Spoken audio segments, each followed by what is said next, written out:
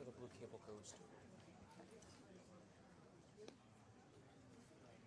Sorry, repeat that?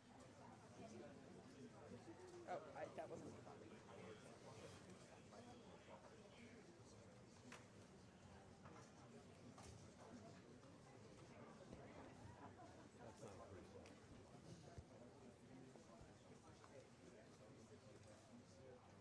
Is that for Tony? For Tony's? Yeah. Okay, off then.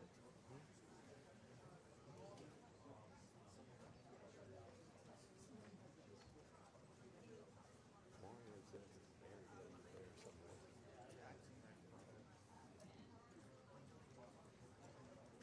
I mean, I'll Gumby, but not that far.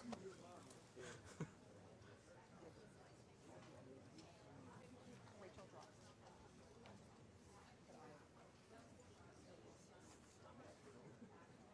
I'll link him up to another wireless as well. I mean, we can definitely add him to that other thing. Yeah, the other Wi-Fi is totally dead. Isn't working.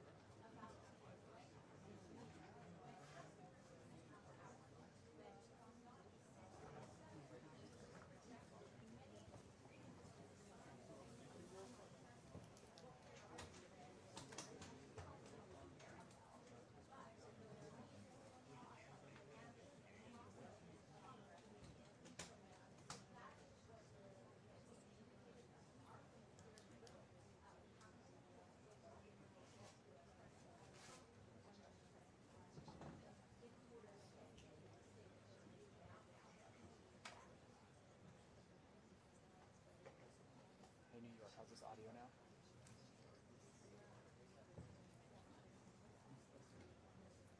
How's this audio with Kelly now? I need to go closer to her.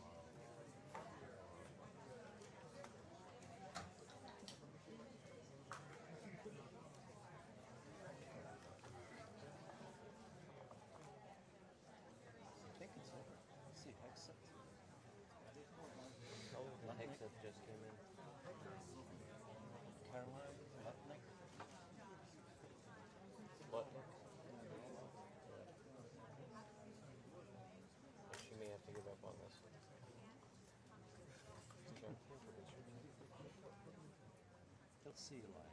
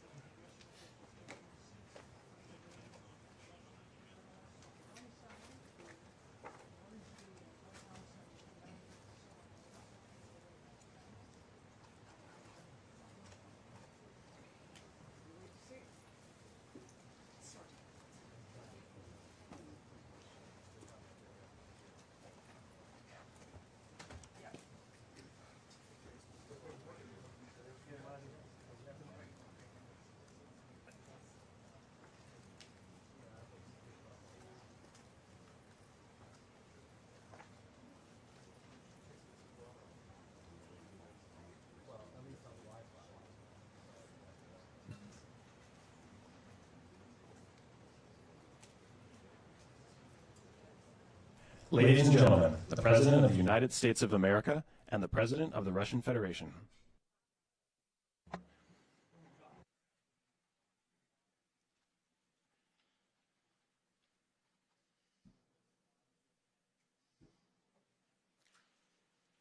Mr. President, ladies and gentlemen, our negotiations have been held in a constructive atmosphere of mutual respect.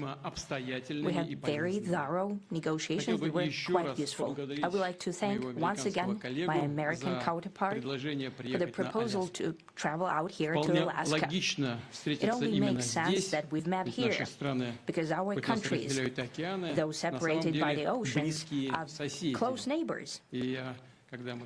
So when we've met, when I came out of the plane and I've said, "Good afternoon, dear neighbor, very good to see you, in good health, and to see you alive," I think that is very neighborly. And I think that's some kind words that we can say to each other. We're separated by the Strait of Bering, though there are 2 islands only between the Russian island and the U.S. island. They're only 4 kilometers apart. We're close neighbors, and it's a fact. It's also important that Alaska has to do with our common heritage, common history between Russia and the U.S., and many positive events have to do with that territory. Still, there is tremendous cultural heritage back from the Russian America. For example, Orthodox churches and a lot of more than 700 geographical names of Russian origin. During the Second World War, it was here in Alaska that was the origin of the legendary air bridge for the supply of military aircraft and other equipment under the Lend-Lease program. It was a dangerous and treacherous route over the vast emptiness of ice. However, the pilots of both countries did everything to bring closer the victory. They risked their lives and they gave it all for the common victory.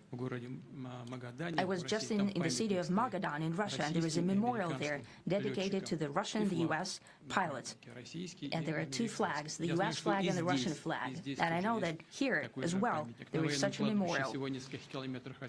There is a military burial place several kilometers away from here. The Soviet pilots that buried there who died during that dangerous mission. We're thankful to the citizens and the government of the U.S. for carefully taking care of their memory. I think that's very worthy and noble.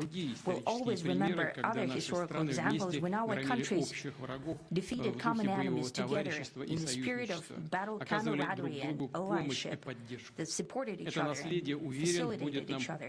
I'm sure that this heritage will help us rebuild and foster mutually beneficial and equal ties at this new stage, even during the hardest conditions. It is known that there have been no summits between Russia and the U.S. for 4 years, and that's a long time.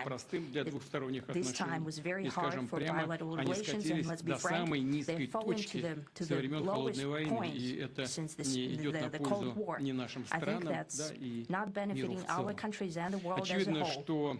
It is apparent that sooner or later, we have to amend the situation to move on from the confrontation to dialogue. And in this case, a personal meeting between the heads of state has been long overdue, naturally, under the condition of serious and painstaking work.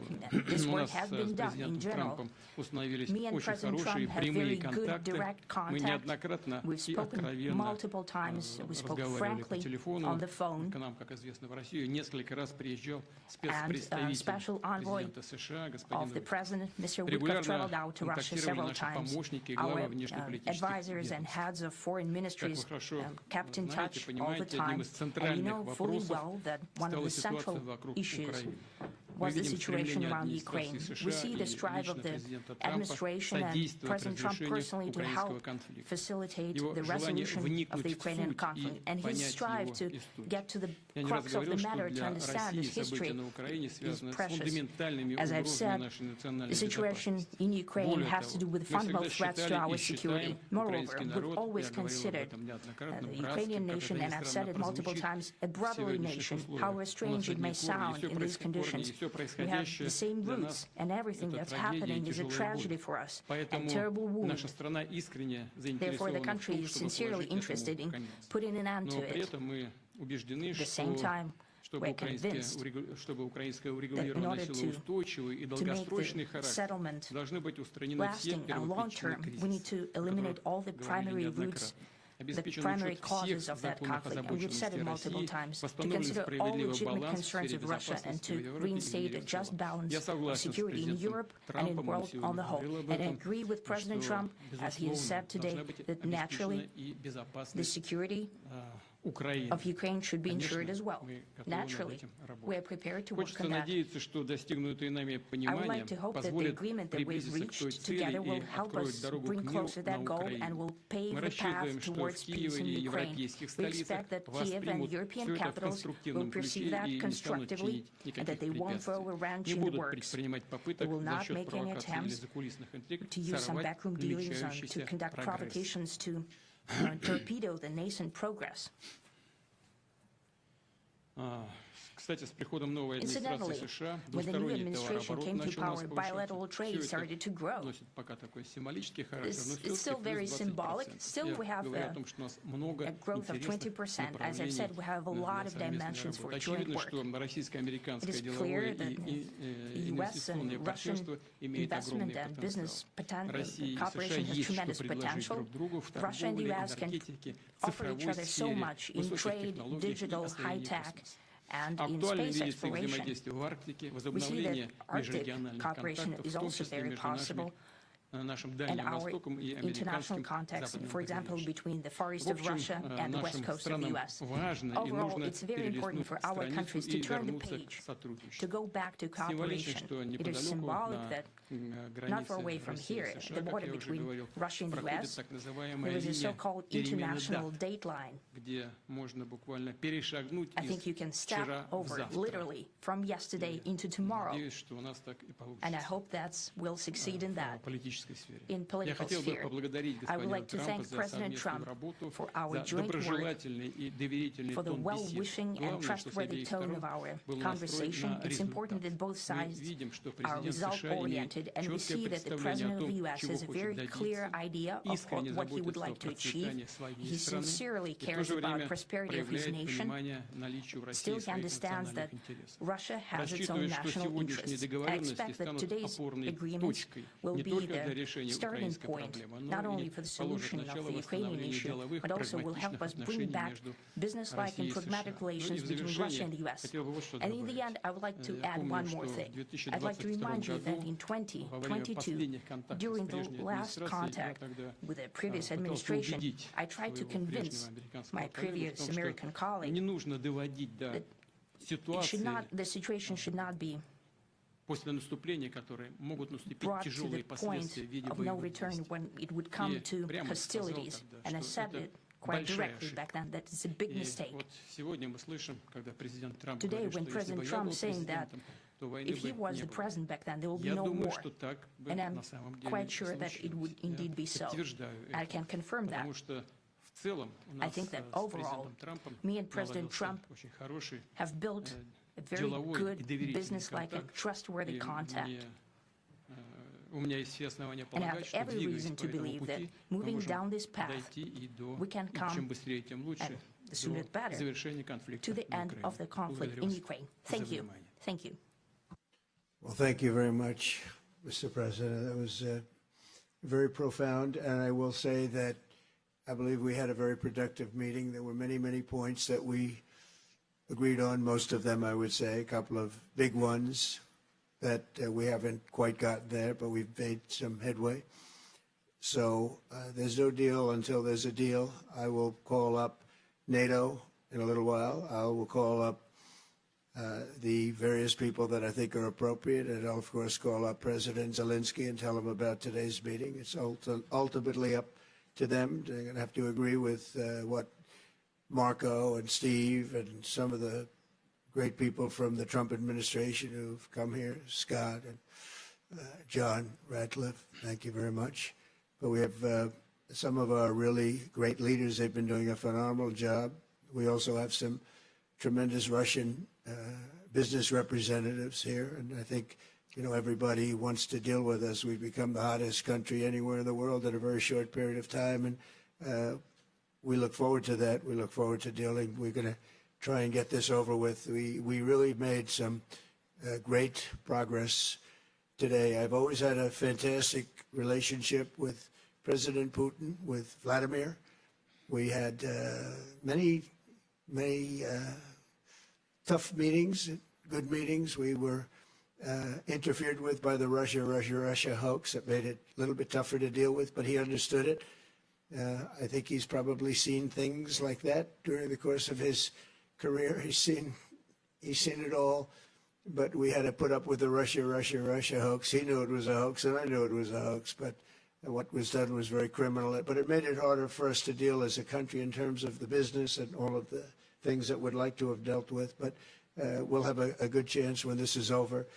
So just to put it very quickly, I'm going to start making a few phone calls and tell them what happened.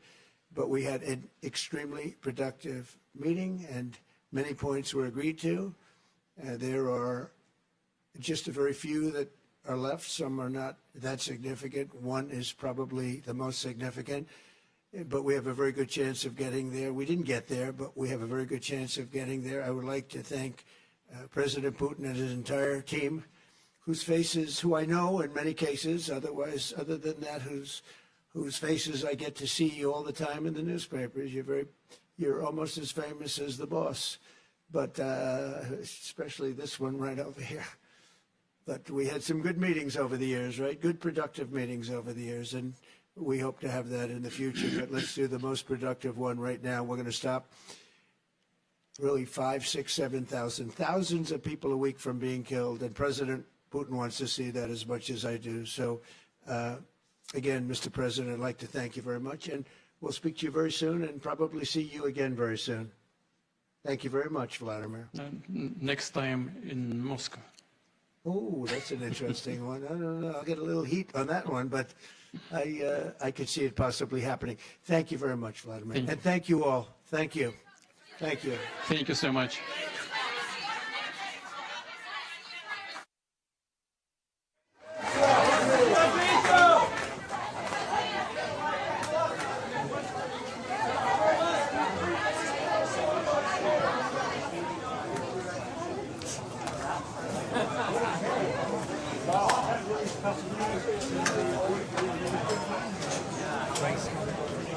Crazy. Let's go. Let's get up there.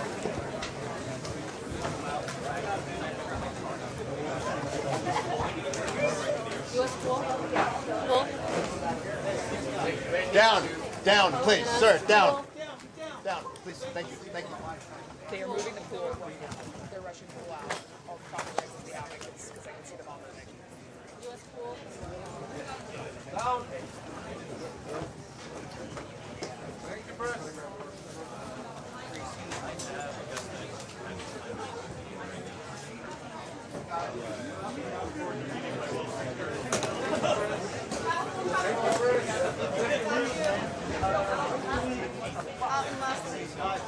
Hannah. Down.